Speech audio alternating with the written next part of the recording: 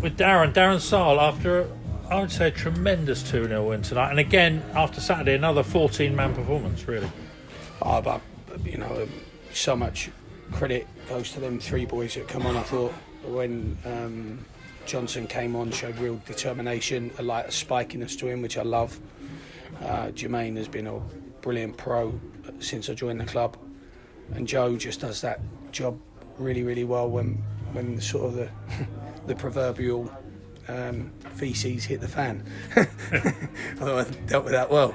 Yeah, well done, Darren. And the great thing is with us is at the moment, we've three of our four centre halves are fit, but there'll come a time where Joe will play prolonged amount of games. I wanted to keep it the same. I did actually toy with changing Cuthbert tonight with Joe, just for Scott's age. And the speed in which he's playing games, or the intensity in which he's playing. But after the clean sheet for about 4 is like a hat-trick for a forward. I wanted to build on that belief and confidence. So, but Joe is more than ready to jump in when called upon. Brilliant pro.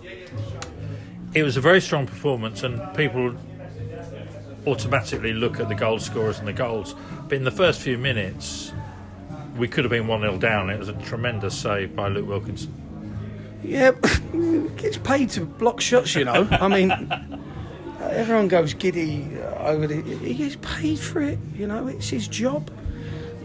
Last year, statistically, we were the fifth worst team in the division for blocking, and something that we actually train blocking, believe it or not, because I don't particularly like my teams to look like they're cowering or turning away from the moment, confrontation, the fight, the battle.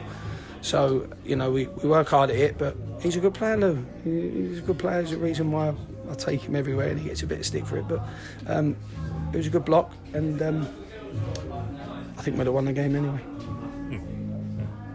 And we were on the front foot right from the start. And that first goal, again, on a number of occasions we saw players gambling going into the 6-yard box, which probably Woking fans haven't seen much in previous years, and Lofthouse timed his run really well.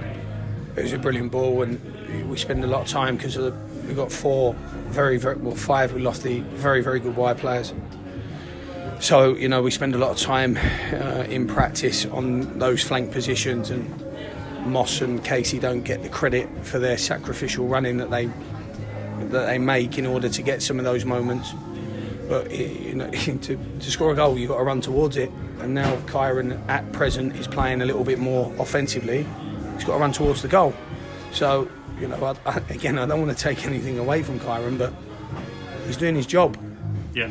He's doing his job, and he's doing the things we're asking of him. I think we made that point after York. If they do the things that I ask of them and they lose, I take the flak. I've got no problem with that. I'm a sturdy old chap. I've got no problem. If they go off on their own accord, I haven't got any time for that.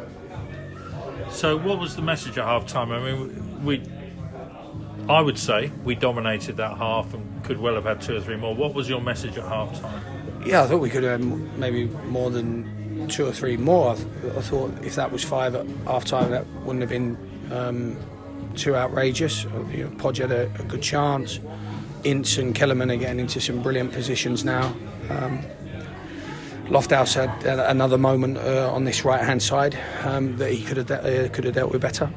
The message at half-time is always to provide solutions to the problems, which I've got to be honest, there weren't many problems in the half.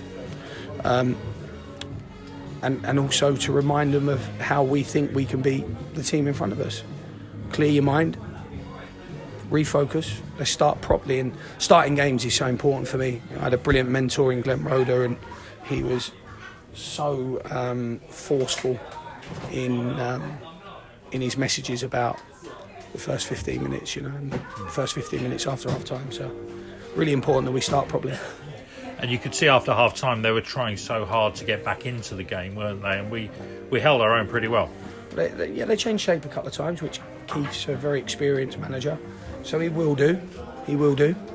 And we had to adjust a little bit, and they got some really good players. I mean, there's some really good ball handlers, Butterfield and Whitehouse and Callum Rowe came on, very, very good ball handlers. And it was just about making sure that we stayed in control. I like that at the minute that when we get ahead, we're comfortable in our shape. That shows a good connection in the team. Shows that, you know, tactically we're fairly organised. And then when you're in your shape, you've got to apply yourself. You know, and that's a really important thing. You can't just stand there and slide across the pitch. You've got to confront and oppose people. So it was just that, start properly. We felt that the front two were a real handful early on.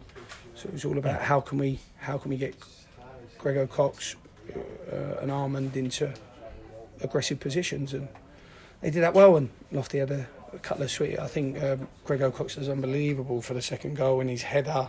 Then he has the ball and switches it out to Lofty, and Lofty had a couple of goals at it. And I mean, it's been a very encouraging few days, and then Barnet to come on Saturday. So the game's beginning to come quite thick and fast. Yeah. But we're going into them games now with maybe an identity or the start of an identity.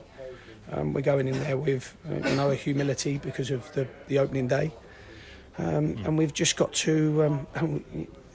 I've seen so many seasons where the clapping turns into a boo, or so, just because you come out of form or your performance level drops, and so I think it's so important that we just say well done tonight, and wake up tomorrow and refocus about a really tough game at Barnet. Brilliant.